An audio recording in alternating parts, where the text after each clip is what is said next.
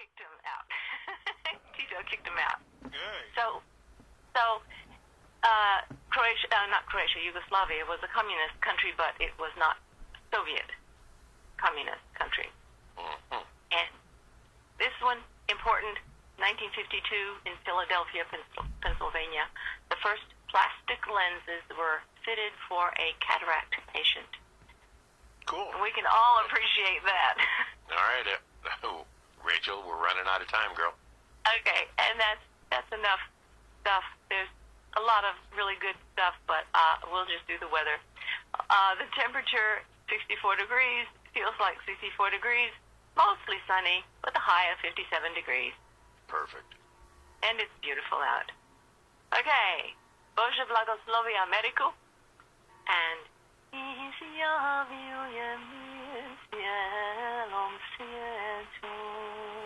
ciao, y'all. Ciao, baby. That's God Bless America, and I declare world peace. And we got to speak to Pete. Croatian, and we did get to speak to Pete. We had a twofer on that call. Well, let's head, speaking of third world countries, how about the town whose slogan is, duh, where the pavement ends and the dirt begins, the home of the longest continuous burning tire fire, and in the background, their Little Bend big clock that sits in the middle of the desert and clangs at the wrong time every hour.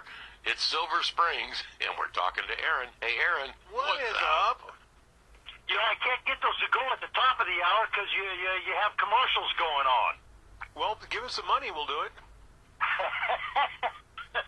Hey, you know, listening to that process of raising the oysters, I can see where that would make a better tasting oyster. I'm kind of like with Dennis. I don't care how you make an oyster, cannot get it down, just ain't gonna happen. That's why they have horseradish in Tabasco sauce. You know what? I don't care what you put on them. It ain't happening. It just ain't happening. That's why they put them in those shooters, too, so the alcohol deadens the taste. You know, I told a funny story to her, and it's not a story for the air about oysters on the half shell. And one of my experiences with those two, my dear friend Sarah Serpa over at Metaphysical Garden, as a matter of fact, kind of segue here, a lot of our products, Alladay LLC, we're going to have a display over there. Later on today, we'll be setting up. Many people have been wondering what's going to happen to the agriculture end of what we're doing out here. We're going to kind of set up a little distribution type deal over there at Sarah's. We're going to put a display outside. She does carry our holistic herbs, of course, but statuettes, yard art. We'll have some plants over there, a little nursery stock going on. So 2080 Mill Street, Metaphysical Garden. The gal's name's Sarah Serper. Tell her Aaron said hi. We already had a contest. She has a crazy group on Facebook called Sex in the Garden, and they put a picture up today, and I think the gal's name is Amber. She's going to get 50% off her purchase. She identified the picture being from Rocky Horror Picture Show. So if you're in the Reno area, you can tune into Sarah's Facebook page there and see a picture every day. We'll run a picture every day. If you figure out what movie that picture's from, you'll get 50% off your purchase of any Alladay LLC products over there. Okay. Sounds like a plan, man. So, did somebody fall asleep last night and not put the loop on or something? I went to go record the segment yesterday, and there was dead air. It was potted down, so it was very, very weak. Okay. Yeah, it was an issue. Yeah, I've been hearing equipment, talk about equipment and stuff, so I guess Lotus is maneuvering around and making things better for the station? Yeah, well, they're doing some field work and transmitter work, and yeah, everything's getting bigger, better, more powerful. So yeah, it's all good stuff. You know, one of the things that Allison was talking technology. Nobody reads anymore. It's all on video. If ever an industry that was revolutionized overnight by technology, and think about it for a minute, they go live now on the internet. It was the phone sex industry. That was about ready to die internet came in and it breathed new life into the industry, and now it's not $1 million a year industry, it's $1 bazillion a year industry. It's amazing what technology does. You're talking about online porn? Well, not just pornography, the webcam issue. Well, yeah, that's on. Just like people paid $1.99 a minute or $3.99 a minute to talk to some girl going, "Oh baby, oh baby." Mm-hmm. Now you can watch her touch herself going, "Oh baby, oh baby." Yep.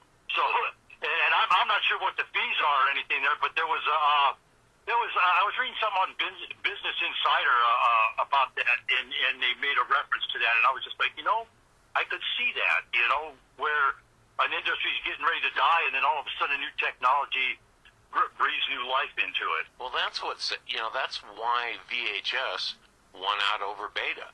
I mean, Beta was a vastly superior technological tool.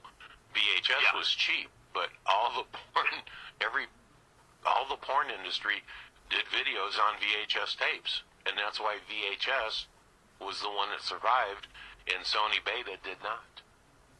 And now that's the dinosaur technology now. Yep, no kidding. I mean, Blu-ray and everything else, even that's starting to go by the wayside. I mean, why even own something when you can just download it and play it whenever you want to? That the cloud, that storage, and business 101 for just a minute here.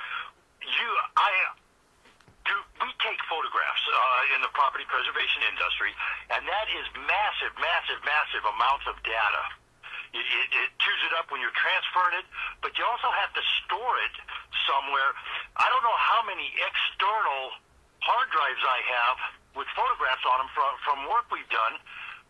The cloud, that gives you a new alternative, and you're not spending $150, $200 a year on storage devices. Yeah, well, sooner or later that cloud's going to get full and come crashing down on everybody. I'm kind of like my dad when it comes to technology. I'm a little bit hesitant. I don't just jump right in.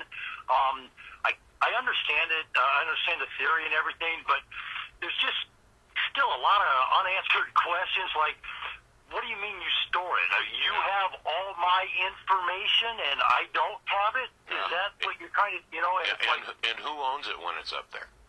They do. Yeah. Yeah, and who has that? The other issue I have, who has access to it? Well, you don't really know, and because you don't know who's working at these companies, but it is technology, and it is kind of the way things are going, especially business-wise. Or you can't hack into an iPhone, and the FBI and the CIA, and it's becoming a big Supreme Court case about an iPhone, but hackers routinely get into the cloud and steal information. I mean, how bizarre is that? That's a real tough dichotomy. I kind of understand where Apple's position on that. If they allow that, then I think what Apple's looking for on that, if I was a business or something, I would be looking for a narrower scope to go into that iPhone than what they're actually asking for right now. And I really think that's what Apple's objection is here. The way the government wanted to come in and unlock that was just too wide open, and it wasn't narrow enough scope. What they, in legal terms, they call it a scope. Yeah. Well, Aaron, we're down to 30 seconds. Quickly, phone number. Hey, we'll be here all weekend. 775-230-9915. You need to get a hold of me out there, and remember, 2080 Mill Street. Go over, say hello to Sarah at Metaphysical Garden. We'll be there later this afternoon. Stop by, say hello. Going to be a great weekend, folks. Let's have a good time. Let's all be safe out there. All righty, 2080 Mill Street. See Sarah. Whew. Second hour. Jim, where did it go? It is what it was. Man, it is gone. Second hour is history here Friday. But please stay tuned in spite of what you may have read or heard. We'll be right back.